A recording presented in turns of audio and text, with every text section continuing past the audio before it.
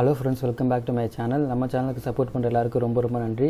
இன்றைக்கி டேட் வந்து August 25th, time வந்து 1:28 ஆகுது. இன்றைக்கி பேங்க் நிஃப்டியில் லைவ் டெமோ பார்த்துடலாம். ஸோ வீடியோ வந்து நீங்கள் ஐடியா சொல்யூஷனில் கடைசி வரைக்கும் ஸ்கிப் பண்ணாமல் பாருங்கள். ஸோ இப்போ நான் என்ன பண்ணியிருக்கேன்னா, Bank Nifty 50 minutes time frame chart நான் ஓப்பன் பண்ணிட்டேன். இங்கே வந்து நான் ஓப்பன் இன்ட்ரெஸ்ட் பேஸ் பண்ணி சப்போர்ட் அண்ட் ரெசிஸ்டன்ஸ் லைன்ஸ் வந்து நான் ட்ரா பண்ணியிருக்கேன். ஸோ இன்றைக்கி தேர்ஸ்டேங்கிறனால வீக்லி எக்ஸ்பைரி. இன்றைக்கி ப்ரீமியம் ப்ரைஸில் ரொம்ப கம்மியாக இருக்கும், அதனால் அதிகமாக லாட்ஸ் வாங்கி நம்ம ப்ராஃபிட் புக் பண்ணலாம். ஸோ அதுக்கப்புறமேட்டு ஒரு சில நண்பர்கள் வந்து என்கிட்ட கமெண்ட்டில் கேட்டிருந்தாங்க, நீங்கள் வந்து ஏன் டெமோ ட்ரேட் மட்டும் எடுக்கிறீங்க, லைவ் ட்ரேட் எடுக்கலன்னு. ஸோ அதுக்கான எக்ஸ்ப்ளனேஷன் வந்து என்னோடய சேனலில் வீடியோவில் நான் சொல்லியிருக்கேன். என்னோடய Zerodha profit and loss statement கூட நான் அந்த வீடியோவில் எக்ஸ்பிளைன் பண்ணியிருக்கேன். அதனால் அந்த வீடியோ பாருங்கள், உங்களுக்கு நான் ஏன் டெமோ ட்ரேட் மட்டும் எடுக்கிறேன்னு உங்களுக்கு ஆன்சர் கிடைக்கும். ஓகே, இப்போ டைம் வந்து சரியாக 2:52 ஆகுது. ஸோ இப்போ மார்க்கெட் கீழே இறங்கிட்டுருக்கு. நான் வந்து புட் சைடு போகலான்னு இருக்கேன். ஸோ இன்றைக்கி வீக்லி எக்ஸ்பைரிங்கிறனால நான் வந்து அதிக லாட்ஸ் வாங்குகிறேன். ரொம்ப நேரம் ட்ரேட் வந்து ஹோல்ட் பண்ண வேணாம். ஸோ நான் வந்து இது இந்த லைன் வரைக்கும் வரும்னு நான் ப்ரெடிக்ட் பண்ணுறேன். இருந்தாலும் நான் ட்ரேடை வந்து ரொம்ப நேரம் ஹோல்ட் பண்ண விரும்பலை, ஏன்னா ஆல்ரெடி நமக்கு டைம் வந்து ரொம்ப கம்மியாக இருக்குது. ஓகே, இப்போ டைம் வந்து சரியாக 3:04 ஆகுது. ஆல்ரெடி மார்க்கெட் வந்து இந்த லெவல் வரைக்கும் வரும்னு நான் சொல்லியிருந்தேன். அதே மாதிரி மார்க்கெட் இந்த இடத்துல டச் ஆகிட்டு இன்னும் கீழே இறங்கிட்டுருக்கு.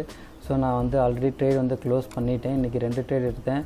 ஸோ ஒரு ட்ரேட் வந்து 2:53:21 செகண்ட்ஸில் என்ட்ரி கொடுத்தேன். அப்புறம் 2:53:56 செகண்ட்ஸில் வந்து எக்ஸிட் ஆகிட்டேன். ஸோ இன்றைக்கி வந்து வீக்லி எக்ஸ்பைரி தேர்ஸ்டேங்கனால நான் வந்து லாட்ஸ் கொஞ்சம் அதிகமாக வாங்கினேன்.